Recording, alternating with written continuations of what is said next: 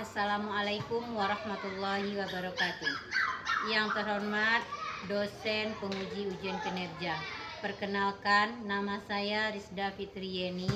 Saya adalah mahasiswa PPG Guru PAI tahap 2 tahun 2025 di LPTK UIN Syekh M. Jamil Jambek Bukit Tinggi dengan program studi pendidikan agama Islam dengan nomor NIM 211500953. Hari ini Selasa tanggal 7 Oktober 2025 saya akan melaksanakan ujian praktek kinerja di SDN 950. Assalamualaikum warahmatullahi wabarakatuh.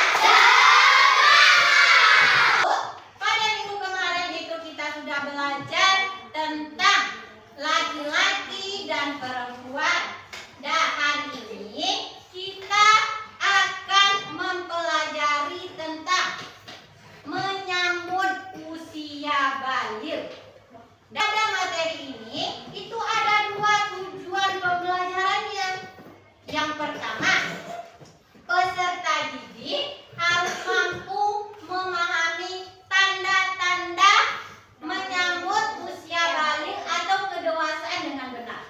Yang kedua, peserta didik bisa membiasakan perilaku bersyukur, taat beribadah, dan juga nanti bisa menjadi anak yang bertanggung jawab.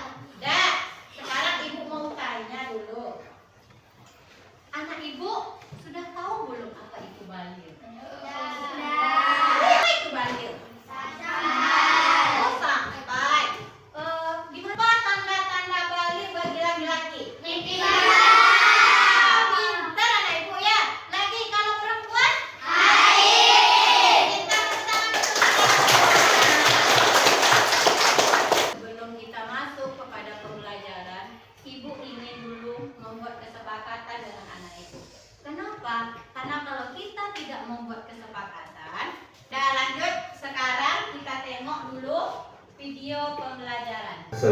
Assalamualaikum warahmatullahi wabarakatuh. Selamat datang pada pembelajaran PAI SD kelas 4. Kali ini kita akan belajar tentang tanda-tanda usia bayi.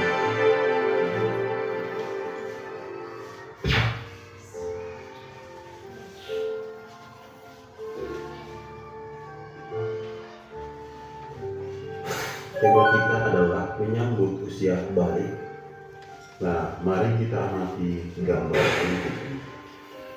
Ini adalah gambar perkembangan dan pertumbuhan manusia sejak anak-anak sampai dewasa.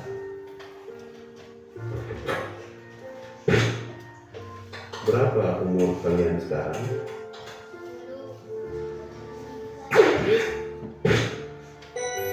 Coba kamu hitung usiamu berdasarkan tanggal lahir kamu. Kira-kira berapa ya?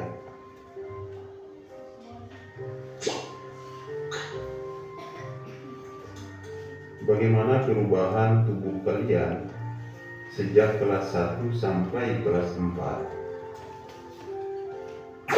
Apakah masih anak-anak ataukah sudah dewasa?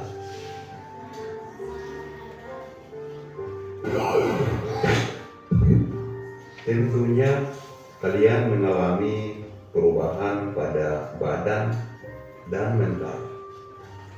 Hal ini sesuai dengan perkembangan usia kalian. Nah, kita akan belajar tentang tahap perkembangan usia yang sangat penting.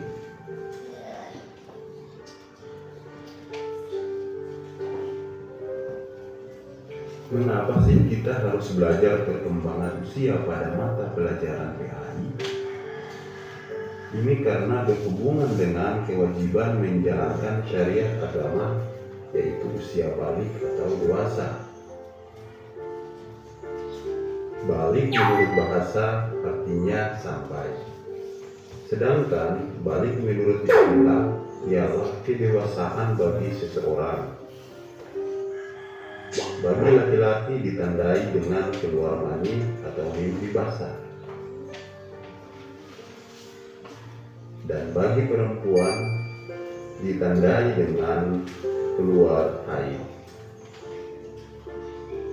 Apakah kalian telah mengetahui tanda-tanda balik menurut fikih?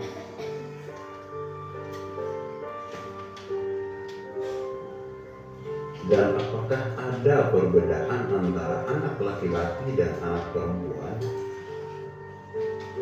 Nah, fikih adalah ilmu tentang hukum Islam.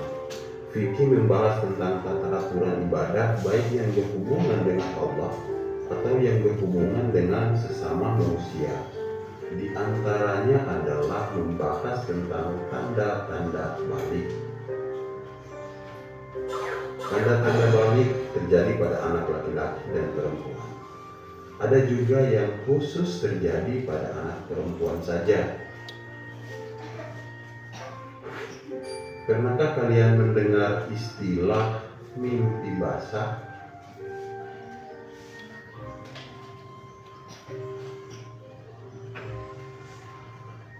Suatu saat kalian akan mengalami sebuah kejadian namanya mimpi basah. Biasanya terjadi ketika usia kalian 9 tahun atau lebih.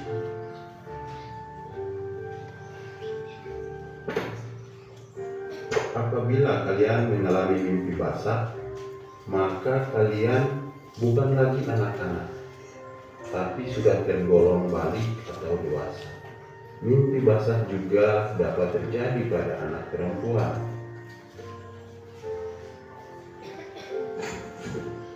Pada anak perempuan, usia balik ditandai juga dengan datangnya haid atau menstruasi.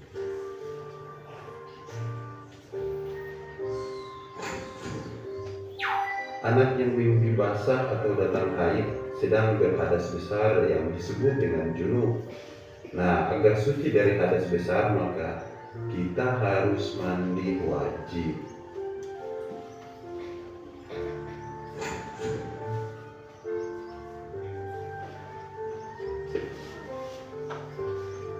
Berdasarkan perhitungan kalender Hijriah, anak laki-laki dan perempuan yang sudah mencapai usia 15 tahun, ia telah masuk usia balik, meskipun sebelumnya tidak mengalami tanda-tanda balik.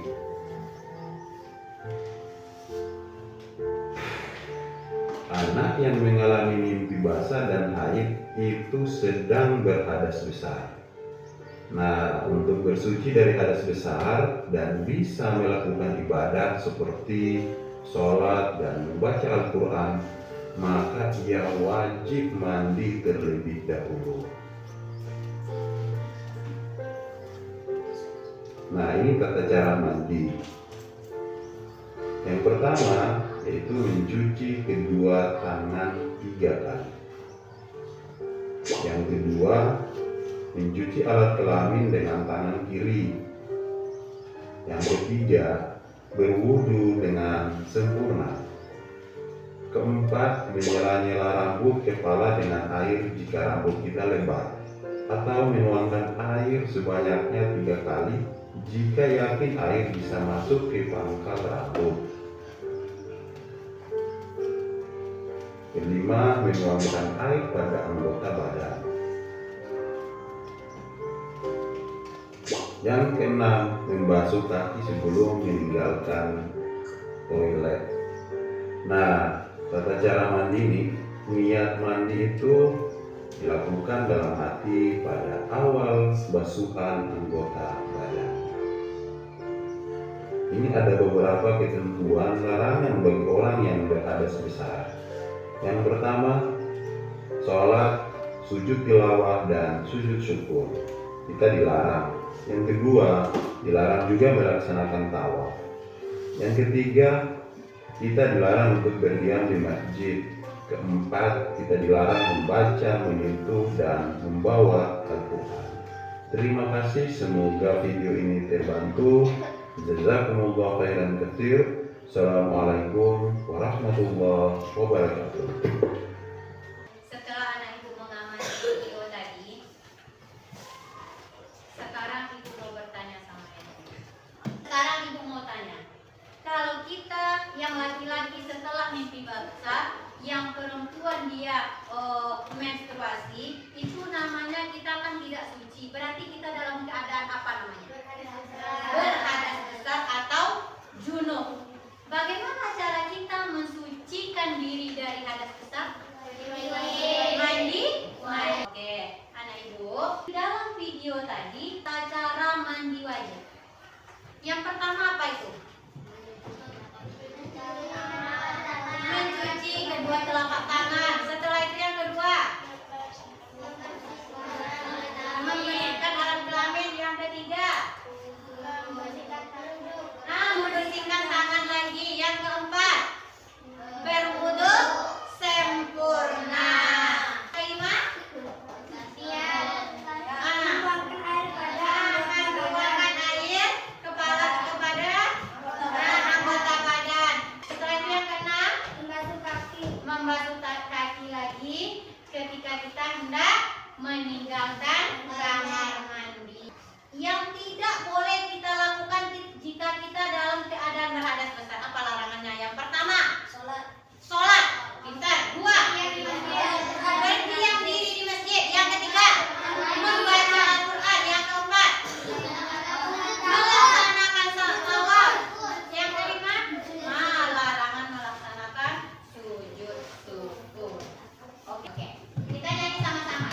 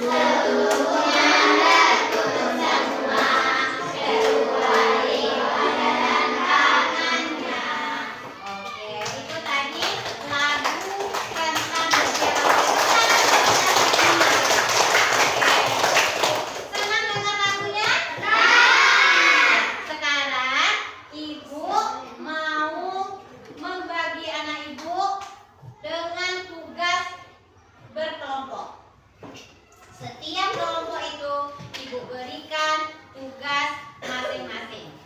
Ya, nanti anak Ibu kerjakan, berdiskusi bersama-sama. Di dalam kelompok itu harus sama-sama aktif, tidak sendiri saja yang mencari, bersama-sama mengerjakan tugas yang Ibu berikan. Sekarang Ibu akan membagikan tugas per kelompok. Nah, ini untuk kelompok 1. Ini kelompok 2. Dan ini kelompok 3. Iya, ini kelompok 4. Iya, iya. Silakan anak Ibu kerjakan tugas yang telah tertera di mejanya masing-masing.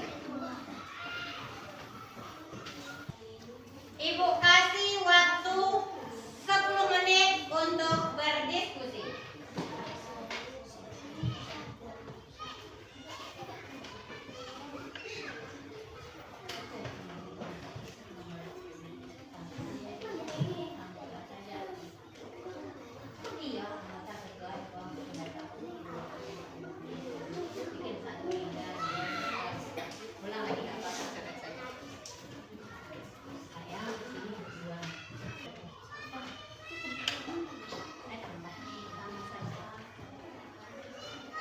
Cari bukunya tugasnya.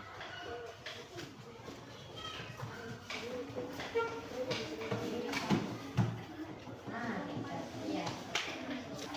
Waktunya 10 menit ya.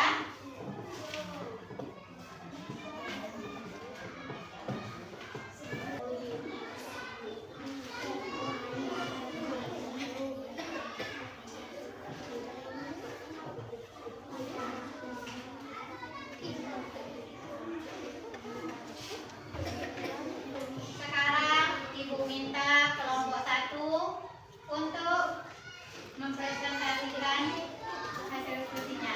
Kelompok 1 dipersilakan.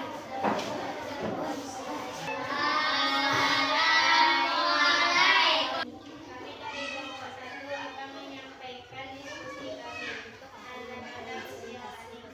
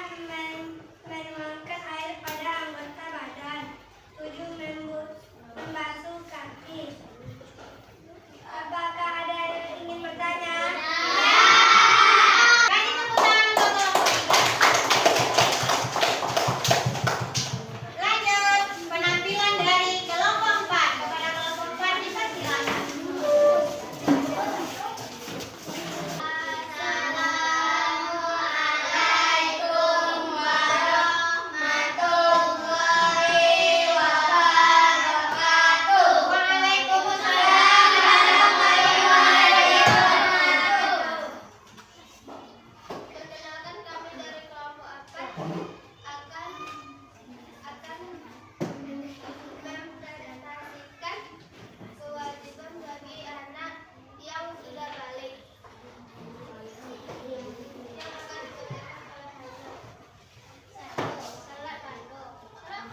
Salat adalah tiang agama. 2. Menutup aurat. Aurat ialah bagian tubuh manusia yang harus ditutupi dan setiap muslim laki-laki dan perempuan berkewajiban untuk mencari ilmu. Kewajiban mencari ilmu itu saja seseorang lahir sampai menutup auratnya. Ada yang mengerjakannya? Ya. Kita kasih tepuk tangan untuk semua anak ibu sudah menampilkan hasil diskusinya. Dan sekarang ibu ingin bertanya sama anak ibu, adakah anak ibu yang masih belum paham?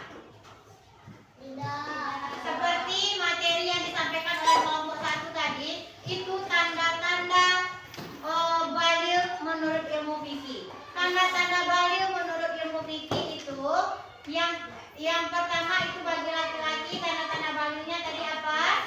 Mimpi basah. Yang untuk perempuannya itu menstruasi. Dan kelompok 2 itu mempresentasikan tentang tadi tanda-tanda balil menurut ilmu biologi. Kalau laki-laki apa tanda-tanda balil menurut ilmu biologi yang ditampilkan oleh kelompok 2 tadi? Tubuhnya jenggot, apalagi